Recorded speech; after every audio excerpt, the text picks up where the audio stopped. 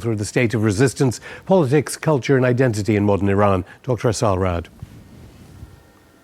Dr. Rad, thank you so much for coming on. So as I said, International Peace Day. This is being recorded before the events of the past 24 hours as regards Israel's next moves here in the Middle East.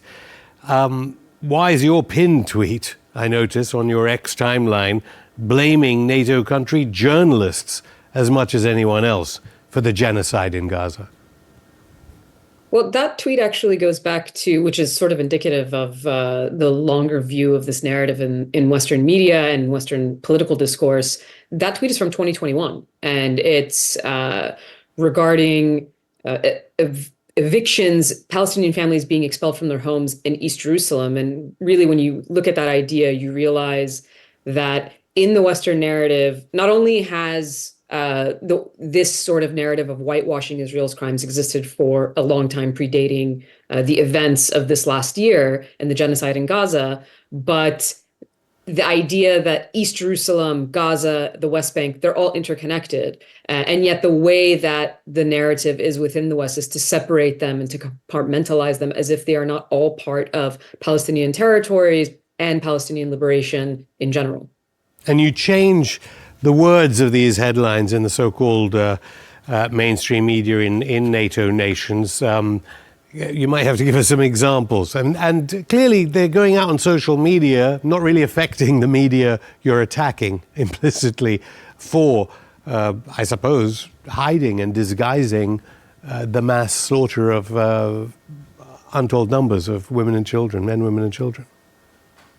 Yeah, I mean, we're looking at a language of dehumanization and what the whitewashing of crimes, right? So there's two sort of components to it. It's the way that the narrative is told in order to avoid culpability for Israel or responsibility for Israel's actions, right? So you'll see patterns where mainstream Western outlets will avoid actually naming Israel within their headlines, right? They will not attribute attacks to Israel. It's just an airstrike, or something in Gaza is flattened, or people are simply killed, but the source of who is killing them or what killed them or whose airstrike it was, that is often not attributed to Israel, even though that is the state that is taking the action or the actor that is acting in that situation. Then there's the fact that the word choices themselves, right? Often when Palestinians are killed, the word killed is not used. They simply die. They are not victims in the same way. They are collateral damage. Palestinians, even that word itself, Palestinian, is sometimes not used. So you'll see West Bank residents or Gazans be used. Arabs in some cases, a broad term referring to Arabs within the larger Arab world rather than, again, Palestinians. Palestine, occupation, genocide, these are all words that are avoided as much as possible within Western media. And something that I think is important to note always in these situations is there is a difference between the reporters and the institutions, right? So I think you often see reporters, and there have been internal stories of internal struggle within some of these institutions, even people who, and we've seen this within the political system in the United States as well, people who are resigning from the State Department because they do not agree with US policy, but it's the institutions that are protecting Israel and its actions, and they're doing so by dehumanizing Palestinians in the process, because once you've dehumanized this entire population, this is how you justify attacks that are happening, that are killing, a majority of which are killing civilians. I mean, in Gaza alone, you have, I think, the latest official death toll, which are all underestimates, says something close to 17,000 children have been killed in the last 11 months. The only way to attempt to whitewash a crime of that magnitude is to dehumanize the population in which those crimes are being carried out against. Yeah, as Ralph Nader, the man who's arguably saved more people than anyone else for fighting the auto industry, said it may be close to 300,000 all told. So we really don't know the figures. Journalists aren't being allowed in by the Israeli government. But then, I mean, I've worked in these newsrooms at the highest level, BBC and CNN, and Palestine is not allowed to be used as a term. So are you saying that people, if you're not blaming the reporters, I mean, I took the names down of a few of these people, Virginia Mosley at CNN, these are top level level editors. Tim Davie at BBC, Joseph Kahn, New York Times, Sally Burby at the Washington Post, Politico, John Harris, The Hill, Bob Cusack, Fox News, Murdoch, and Porter Berry. I mean, these are the names of these people. Sky News, Jonathan Levy. Are they complicit in genocide? Rebecca Blumenstein of NBC News, Alicia Cullen. These are the highest level editorial people. The BBC has more to worry about, arguably, because their highest paid journalist has just been done for child abuse. But what about all these people, the names I mentioned? Do there need to be a Nuremberg-style court for these people? I think there's certainly media complicity. And when I say, the reason I point out the fact that there are reporters who are trying to do good work is because I don't think we can paint everybody with one brush, right? I think there are certainly reporters within these institutions that do take issue with what's going on, and do try to do good reporting, but Not that I saw at the BBC. I'm sorry to interrupt. Having a long time, 30 years of experience, I didn't see many in all these different institutions. What about American media in Eisenhower Ige then? Why didn't they make a bigger deal of this American that was shot dead? So let me base my answer on the fact that I also watch State Department briefings and White House briefings every day, right? So I see, and there's a large portion of the people in the room who are not really pushing back, but there are reporters who are pushing back. They are trying to get the answers. And so that's why I say I just don't think that I think that the attack is more appropriate on people who are in positions of power versus the reporters who are trying to report what they are, right? Anybody who writes an article knows that it's not the journalist that picks the headline, right? It's the editor that picks the headline. So in terms of complicity, I would say the complicity is higher up typically. Of course, there are probably journalists who agree or use egregious language in certain situations intentionally so. But my point is more to say that there are certainly, especially within the independent world, but even within the mainstream media, I think there are individual reporters that are trying to do good work. In terms of complicity, the media's broad complicity is extremely important, and they certainly are complicit. And as a historical example of this, right, we're looking at something that's happening right now. But if you look back to the invasion of Iraq in 2003, the job of the media, in what we champion as a free press, right? In the Western world, the idea that we have a free press is championed as a cornerstone of democracy. And yet, what does it mean to have a free press? A free press means you don't repeat what the official state narrative is. You don't just listen to whatever. If the president said so, that means it's true. You challenge that narrative because the job of the journalist is to find truth. And in the case of the 2003 invasion of Iraq, that's absolutely not what the media did. The media parroted whatever the Bush administration said at the time, which we now know as a fact were fabricated lies, but they didn't challenge it at the time. And that's the kind of reporting that we need to be seeing, something that challenges the idea that, if Israel says they're targeting militants, this is just repeated as fact. Whereas in reverse, if we're talking about the bias within the media, when Palestinians are killed, you very, very often see a caveat that's added, right? It says, hospital says, Gaza Health Ministry says, and sometimes, especially with the BBC, Hamas-run Gaza Health Ministry says, because they want to cast doubt on those numbers. And yet, when Israel says they were targeting militants, or Hamas was in that school, or there was a tunnel under that university, that is treated as fact. And so that is the problem with the way that the narrative is being presented, where one side that has a record of lying, right? There are reports, even from the New York Times and the Washington Post and CNN, that come out and say, you know what? Evidence shows that the Israeli narrative was not accurate. Even when that happens, in the headlines, they are often still treated as fact. And that is, I think, why you see the complicity of the media. Their job is to challenge the state, not copy it, not parrot it. And, of course, other outlets are banned, and on social media as well, let alone television networks as regards the United States and Europe.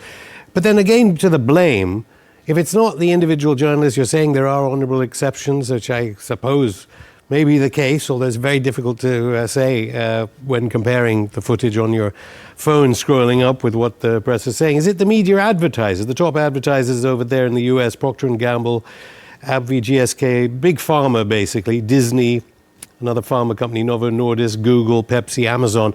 They're paying the money for all these broadcasts that are clearly trying to minimize in the American public imagination the scale of the atrocity we're witnessing that most people in the global south consider to be a Holocaust. I mean, that's why Kamala Harris is known as Holocaust Harris and Biden Genocide Joe. I mean, when you look at the way that the entire world sees this, the vast majority of the world sees this issue, you can see it within, UN votes by the United Nations, right? If you look at the way that the United Nations has voted on countless resolutions having to do with condemning Israel or enforcing international law for the sake of Palestinians, you see that where the minority lies and you see where the vast majority of the world lies. And so there's a reason why that kind of the media division would happen that way as well.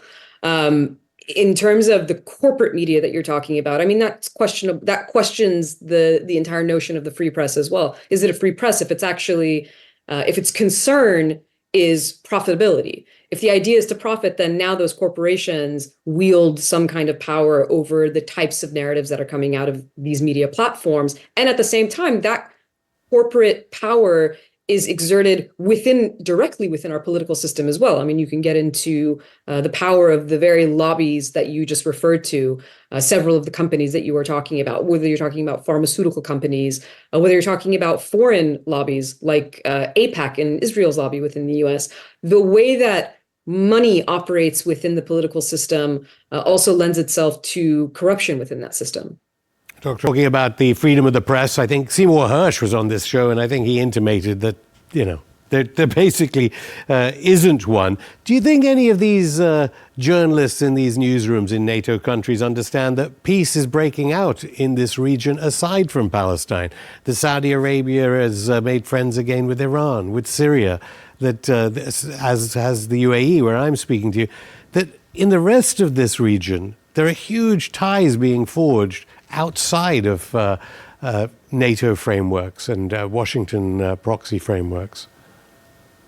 Well, anytime U.S. adversaries or Western adversaries, I should say more broadly, are involved in a normalization process, it's not treated the same way, right? And if you juxtapose the way, say, a Chinese brokered, but then also there was a lot of regional actors like Oman, for instance, and Qatar, who very often are in the background doing a lot of that diplomatic work. When it's brokered between two states like Saudi Arabia and Iran, that is not treated in the same way as, say, the Abraham Accords and the idea that there's normalization between Arab states and Israel. And that's because it doesn't fit the political narrative. It doesn't fit the political discourse. And so that's where you really see this overlap between the media, or the mainstream media, I should say, and what is the political discourse of the state. Now, why is this important? Because that's what's that's what, according to Western officials themselves, this is what differentiates, an authoritarian state that has state-run media versus a free Western democracy that has a free press. The idea is that it's not supposed to simply mimic whatever the state is saying, but in most cases you see that. So you see normalization, attempts at normalization between Saudi Arabia and Iran, two significant sort of arch foes as they're depicted within the West. And you see normalization with other countries, with Iran. That's one of the things that the Islamic Republic has focused on in recent years, is diplomacy within its own neighborhood, right? Diplomacy within the region, a look east versus a look west. And that is never going to be painted as a positive development, because as long as it's Western adversaries who are having peaceful relations or trying to normalize relations, that's not on the political agenda within those Western countries. So it's not treated the same way. They're not even treated as alliances when there are alliances, right? They're called proxies. You never hear the word alliance being used. There are no allies apparently in the region. There's just proxies within the region. Whereas when you talk about the Western world, you have alliances and allies. So all of that difference in language is really just, it's not the actions of these states that matter. It's who is taking those actions. So how will Washington punish Saudi Arabia then for not playing ball? It's clear from Blinken and Sullivan that they have high hopes, even though time and time again Saudi Arabia said, no, we won't increase oil supply when they wanted them to. We won't normalize with Israel.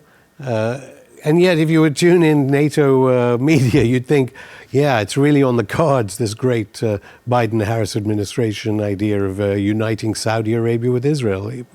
People are horrified in GCC countries that they can even think that would happen.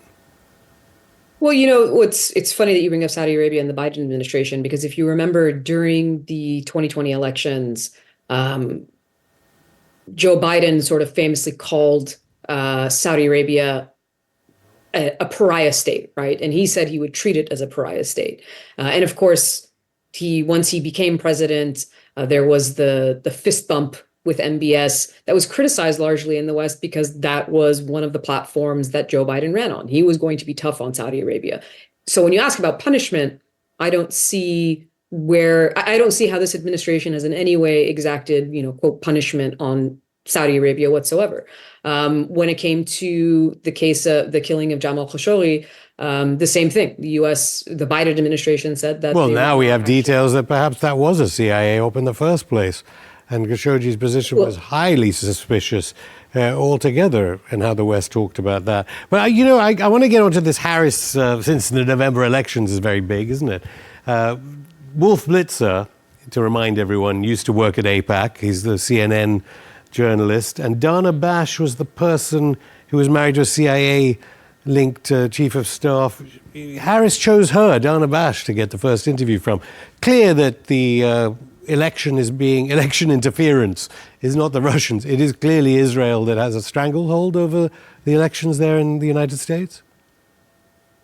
Well, it's something that's rarely talked about, the influence of not only within the lobbies, right? So you have the sort of open source information of, AIPAC boasts about this idea, right? They're like, look, AIPAC endorsed, candidates, won their elections here.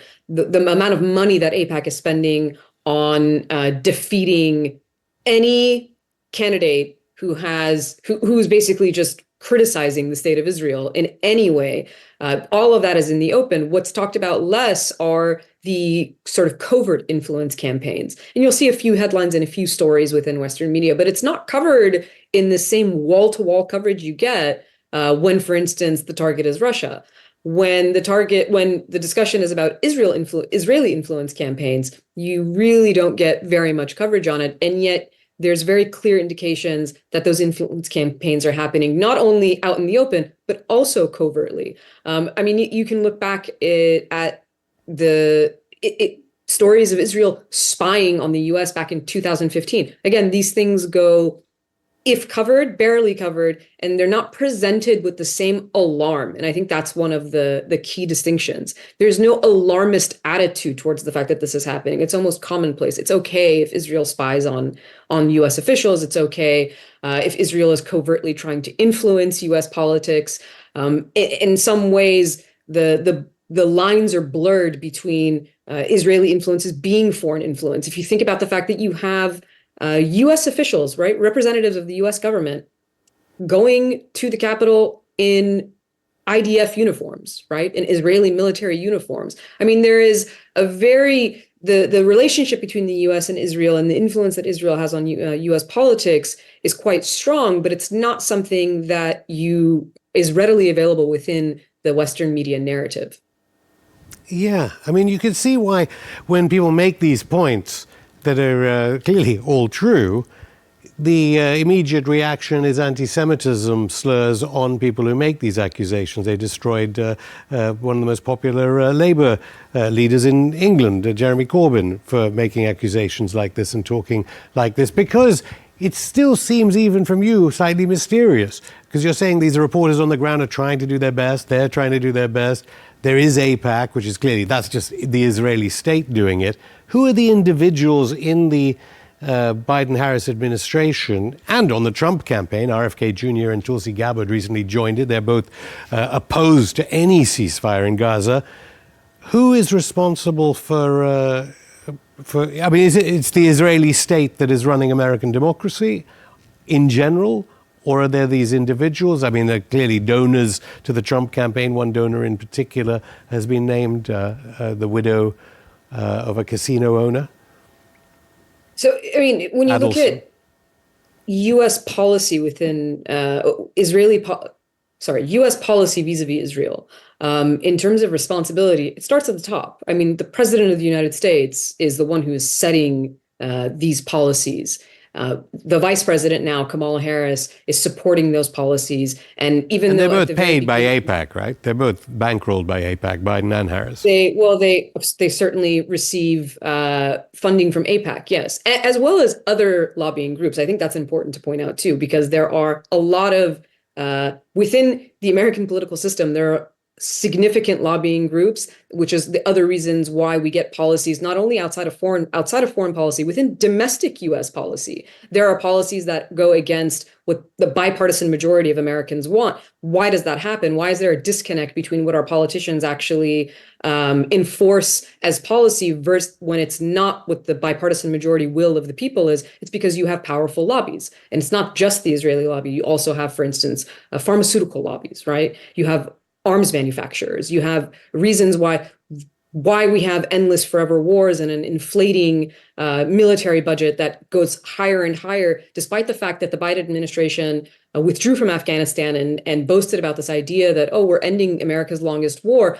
Following the end of America's longest war, they increased the military budget again. So what explains this kind of phenomenon is multiple lobbies that are working within the country. Not that the Arab League could just give a few briefcases to the Biden administration, and suddenly they'd care about the dying, murdered, slaughtered children of Gaza, though.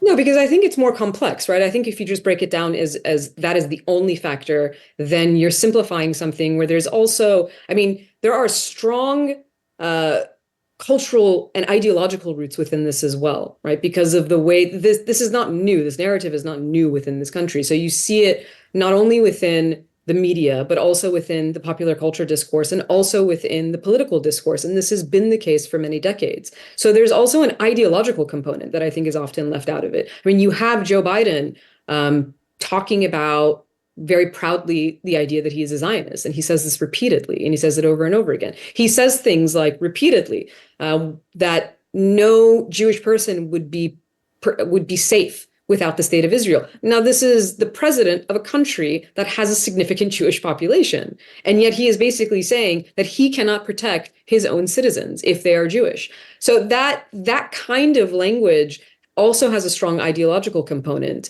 And I think that's something that's important to take into consideration when you want to understand the complexity of a system that brings us these policies. But in terms of responsibility, the responsibility is on the officials that are imposing these policies. The responsibility is on the president, the vice president, the Secretary of State, Secretary of State Blinken, who's consistently whitewashing Israel's crimes. This is someone, if you look at the figure of Secretary Blinken, outspoken when it comes to U.S. adversaries. But when Israel is the one committing war crimes, not only does he have nothing to say about it, he's continuously placing blame exclusively on Hamas without placing any blame on Israel, despite the fact that we have mass civilian casualties. They reject the idea that genocide is being committed. They reject every international institution, whether it's the ICC or the ICJ or the UN itself, when it is trying to impose consequences for Israel. So responsibility starts at the top, and responsibility is of these officials and the media institutions that are complicit because they mimic whatever those officials say, rather than challenging them.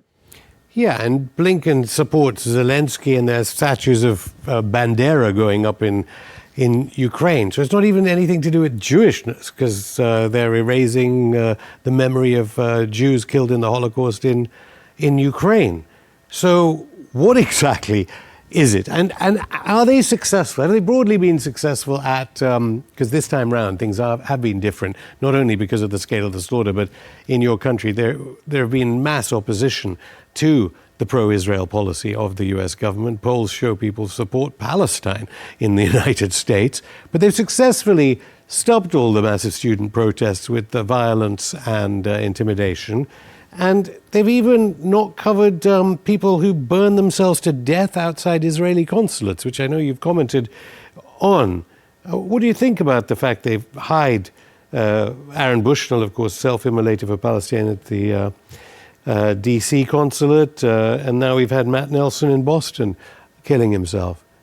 they've Well, it's a few they've different done topics, well. but in terms of the self-immolations, I mean, the reason why Aaron Bushnell's story uh, reached the audience that it did and got the coverage that it did was because he made a video that explicitly stated why he was doing the act he was about to take, right? And it was unavoidable, essentially, and the fact that this is he was an active service of the military, of the U.S. military. So that combination is the only reason where Aaron Bushnell got some attention. But you had a self-immolation case before that, and now a new self-immolation case in the U.S., and they've gotten no, I mean, I have not been able to find a story about the recent self-immolation of Matt Nelson in Boston outside of a local Boston paper. And even that headline and the story itself mentions nothing about the Israeli consulate. So it's sort of those stories. It's mind-blowing to see how little coverage there is and how little concern there is for the fact that there have been 3 Americans who have self-immolated in protest to U.S. policy in Gaza, to the fact that the U.S. is complicit in a genocide. Dr. Assal Rad, thank you.